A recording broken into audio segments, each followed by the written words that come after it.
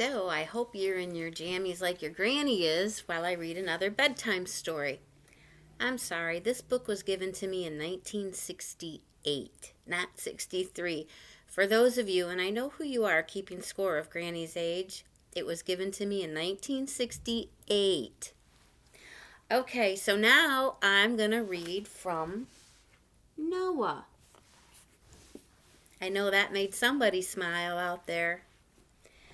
For many hundreds of years after Adam and Eve were driven out of the Garden of Eden, the family of man multiplied and spread all over the earth. Because Adam and Eve disobeyed God and learned of evil things, the knowledge of the wickedness was passed on.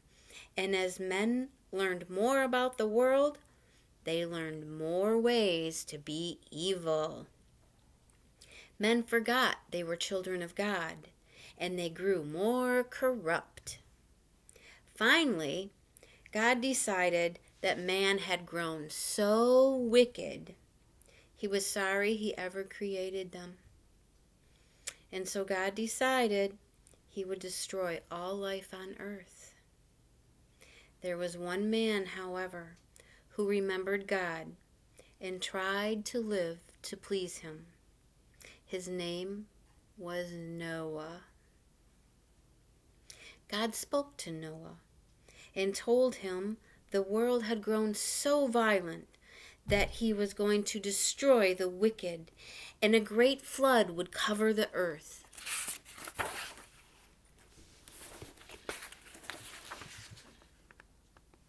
We all see rainbows, don't we? God promised Noah that he and his family would be saved from the flood, and that one mother and one father of each living thing would be saved too. God told Noah how to build an ark, and that was going to be used to save and would protect everybody from the waters of the flood. Noah followed God's instructions, and as the rain began, the waters of the sea rose over the land. The rains continued for 40 days, and the waters rose until the earth was a vast sea. Every living thing died from the terrible flood, except those sheltered in the ark.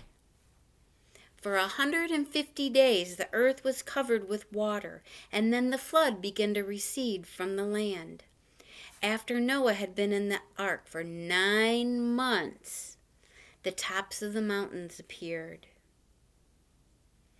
40 days later, Noah decided it was time to find out if the water had lowered enough for them to leave the ark. He sent out a raven and a dove. The raven never returned. The dove, finding no place to set down, returned to the ark. 7 days later, Noah sent the dove out again, and this time it returned with a branch of an olive tree. Noah then knew it was at least part of the land was dry enough for plants to grow. Another 7 days, Noah sent the dove out once more, and this time it did not return. Noah knew at that time he could leave the ark.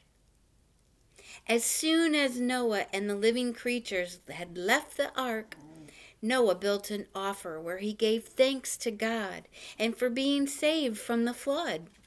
God was pleased and made a promise to Noah, and never again would he destroy living creatures as he had done with the great flood. The world was given again to man, and for his as had been given to Adam and Eve. God showed Noah the rainbow that we see in the clouds after the rain. He told him this would always be a sign of his promise. So when we see the rainbow, we can always think of Noah and the ark and God's promise never to destroy the earth with a great flood again.